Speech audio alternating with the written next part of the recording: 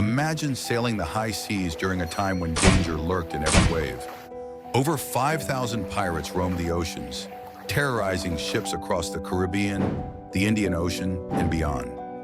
No one was safe, whether you were a merchant with valuable cargo or a simple traveler hoping for a safe passage. Pirates could strike at any moment, leaving nothing but fear and destruction in their wake. But who were these menaces of the seas? What drove them to a life of crime on the ocean? And what became of them? In this video, we'll uncover the stories of the most famous pirates from the Golden Age of Piracy, each with a tale more gripping than the last. From the legendary Blackbeard to the ruthless Edward Lowe, we'll explore their rise to infamy, their daring exploits, and the inevitable fall that awaits those who live by the sword.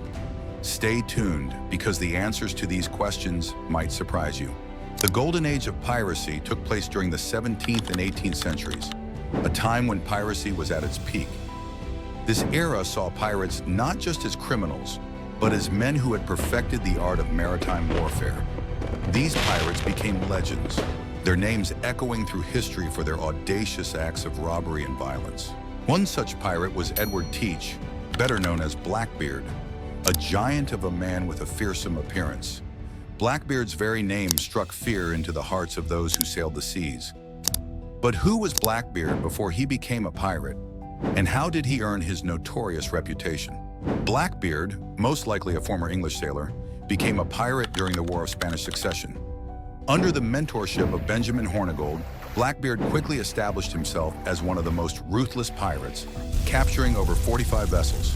His flagship, Queen Anne's Revenge, was the terror of the seas, and his reputation grew to almost mythic proportions. But like all who live by the sword, Blackbeard's reign of terror came to an end in 1718 when he was killed in battle at the age of 38. Blackbeard's mentor, Benjamin Hornigold, was a pirate of a different kind. After years of piracy, he accepted a pardon from the British government and became a pirate hunter, turning on his former allies. However, before his change of heart, Hornigold was a founding member of a pirate consortium in the Bahamas, where he and his fellow pirates ruled the seas. Then there was Bartholomew Roberts, a pirate who, despite his shorter career, became one of the most successful in history. Commanding the Royal Fortune, Roberts captured over 470 ships in just 3 years, more than any other pirate of his time. His success was unmatched, but his fate, like that of so many pirates, ended in death during a battle with a British warship in 1722, marking the end of the Golden Age of Piracy.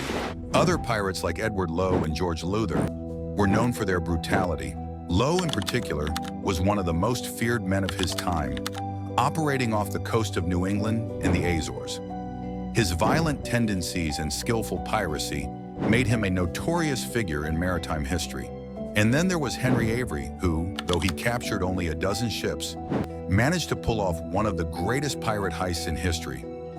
Avery's capture of the Ganges Sawai, a ship belonging to the Grand Mughal of India, was worth a fortune.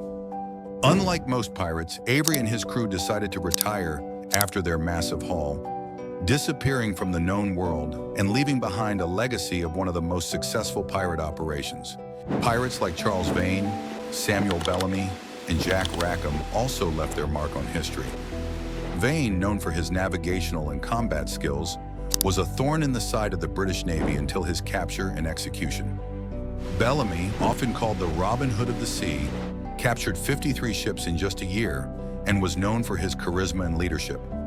Rackham, also known as Calico Jack, was famed for his flamboyant style and his association with female pirates Bonny and Mary Red.